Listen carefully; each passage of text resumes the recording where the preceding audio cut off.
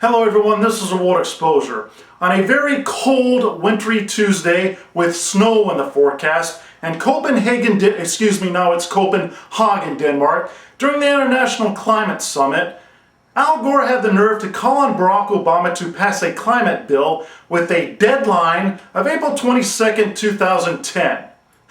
Now this is the same guy who said that there's a 75% chance that the entire North Polar ice caps during the summer months could be completely ice-free within 5 to 7 years, according to climatologist Dr. Maslowski. However, Dr. Maslowski says it's unclear to him how Al Gore arrived at this figure, and that he was talking about near ice-free conditions, not completely ice-free conditions. And I know that I've read most climate scientists would tell you it would take 20 to 30 years just for the near disappearance of sea ice. Dr. Maslowski said he would never try to estimate the likelihood of anything like that. And Al Gore's office later admitted that Al Gore was using a ballpark figure that Maslowski had used several years ago in a conversation between the two. I mean, these climate talks are no more than pollutants of violent chaos at the expense of wasted time and money in all countries involved. 5 hours of time for negotiating was lost when those from developing countries walked out because their demand for legally binding mission targets from rich countries was not satisfied. And what do you think they walked into when they went out into the freezing cold? Riots from violent protesting morons who are not satisfied for what they're getting to help better protect the climate. I mean, this whole climate summit is making things worse for the environment than it is better.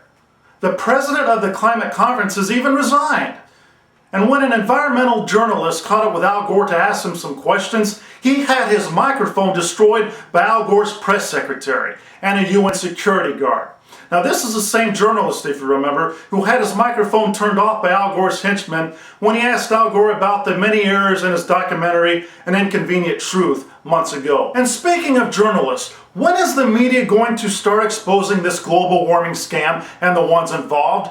The only ones that are trying to expose in a bad light are the ones who hacked into the emails to discover this big lie. Those are the heroes. Expose the congressional and world-leading scammers.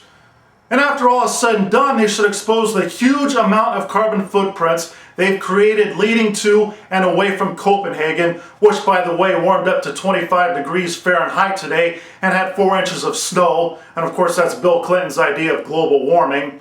I could go on about this very expensive and endless fear-mongering scam, but this is just the tip of the iceberg, and this iceberg is not melting.